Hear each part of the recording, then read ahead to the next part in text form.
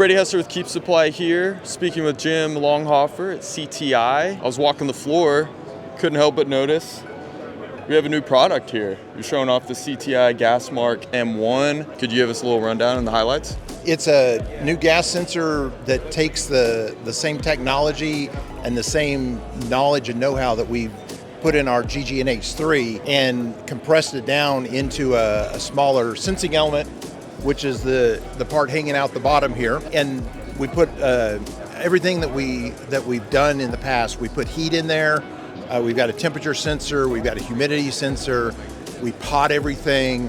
The device is it's got holes in it so water drains out. You can wash it down. And then we put that plugs into the M1, the main transmitter, which is a NEMA 4X enclosure. So it's waterproof, but as a lot of people know, even if you make something waterproof, water still gets in sometimes, right? So we also have a drain plug on here. So it's NEMA 4X with the drain plug closed, but all of this is potted. Everything can be washed down, which is really important to us. We get heat in the box to help dry things out. And so, it's just a nice consolidation of years of knowledge and experience that we've had putting all that technology into a smaller package, and gives us some flexibility in the future. The other thing that's really cool about it is there are basically 4 variations of it. So within the M1, you can have relays or not, and you can put a display or not have a display on the device. And so that allows for different configurations. The other thing about these is they talk Modbus to our M255 controller. And so they can talk Modbus. They can also talk 4 to 20. And so you can do either. You can actually do both if you really want to.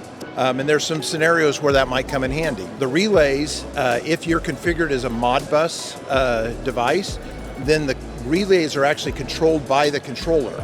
So they become distributed I/O that you could use throughout your facility if you need relays throughout your facility for horns and strobes. If you have it configured as just a standalone device where you're just using the 4 to 20, then you have local control of those relays. And so then you can set those up similar to our relay module. Yeah, it's awesome. It's pretty amazing to see it all live in person here and how you've consolidated so much into a nice clean package. As far as some of the replacement components go, how have you made things more convenient? So this is basically replaces our GGNH3. This is, like I said, everything that we put in our GGNH3 is in this. It's just a smaller version of it. But then, just like our GGNH3, the cell's replaceable, so you could pull this out and get a new one. And this is going to be comparably priced to our GGNH3 replacement cells. This platform allows us to do other gases. So eventually we will do high range ammonia, we will do CO2, we will do oxygen. All of the electrochemical cells that we use, all the different, we'll have freons in this as well. One of the things that was really important to me as we were designing this was to make sure that if a customer was used to using our old sensors, it was just as easy to calibrate. One of the things that we've always been told is that one of the nice things about our stuff is they're easy to use. And so I wanted to keep it easy to use. These have digital pots on them. Our old sensors had analog potentiometers. These have digital ones, and then we have rotary encoders, and all the information gets stored on here. You can walk up to this, you push one button, it puts it in calibration mode, and then you calibrate it just exactly like you calibrated our old GGNH3. You put gas on, you turn the span pot. It's that simple. And then you take it out of cal mode. There's also a whole bunch of additional capability that's built into this that if you want to learn how to do the new stuff, it could be to your advantage. We also have an auto cal feature.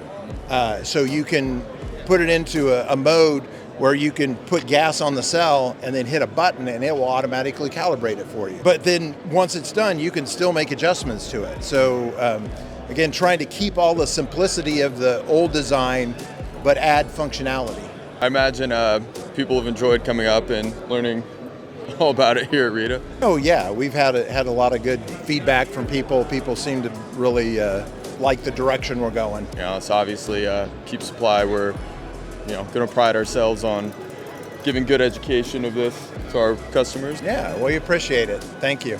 Yep. Thanks for your time. Appreciate it.